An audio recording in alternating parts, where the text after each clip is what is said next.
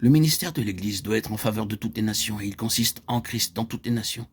Son témoignage à l'égard du Seigneur doit être dans toutes les nations. Jean 17 dit « Car je leur ai donné les paroles que tu m'as données, et ils les ont reçues, et ils ont vraiment connu que je suis sorti de toi, et ils ont cru que tu m'as envoyé. » Jésus fut cru dans le monde. Au verset 21, nous avons les paroles suivantes, afin qu'eux aussi soient un en nous, pour que le monde croie. Il y a une foi de la part de ce monde qui résulte du fait de sa présence dans l'Église et de son action, faisant ainsi d'elle une unité spirituelle. Peut-être qu'il ne serait pas juste de parler de l'Église qui est crue, mais dans un certain sens, nous pourrions même dire cela. Je suis tout à fait persuadé que l'Église ne sera pas crue ou ne sera pas crédible avant et à moins qu'il y ait une manifestation d'Esprit de Christ dans un amour mutuel. Le monde est souvent repoussé loin de Christ à cause d'un manque dans ce domaine.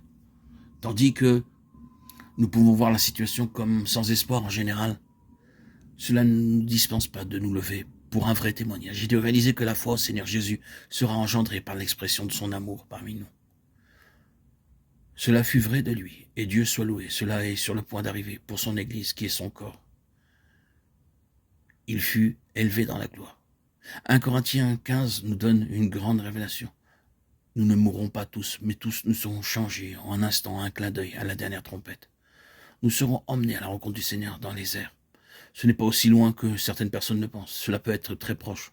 Le plus tôt sera le mieux pour autant que son peuple est concerné. Nos cœurs disent réellement du plus profond de notre être. Amen, viens Seigneur Jésus. Maranatha. Il n'y a pas d'hypocrisie en cela. Il fut un temps où nous étions effrayés à cette pensée, mais nous sommes arrivés à réaliser que sa venue est la voie de toute espérance.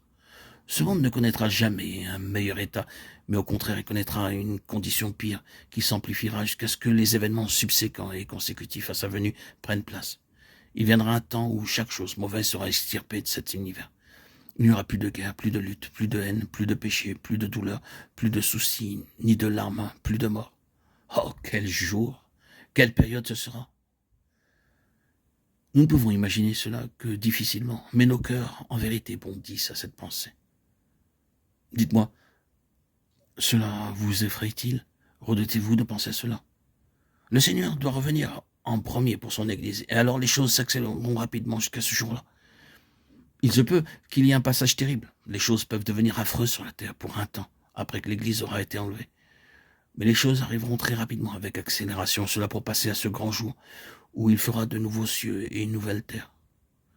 Cependant, le jour de la réception de l'Église dans la gloire est imminent.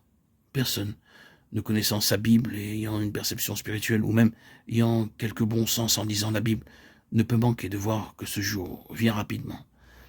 Les délibérations des hommes sont en train d'être mises en pièces par Dieu. Ils ne peuvent tenir leurs décisions prises ensemble plus d'une semaine ou deux. Leurs plus solides décisions, intentions et accords imploseront dans peu de jours. Dieu est en train de réduire à néant les conseils des hommes. Mais le dessein de Dieu, dit sa parole, durera toujours. Dans les conseils éternels de Dieu, il y a une chose qui est déterminée. Nous serons enlevés sur des nuées à la rencontre du Seigneur dans les airs. 1 Thessaloniciens 4, 17. Élevés dans la gloire. Sa fin est sur le point de devenir la nôtre. L'Église va connaître la contrepartie de l'expérience de son Seigneur, comme sa tête, quand il fut élevé dans la gloire.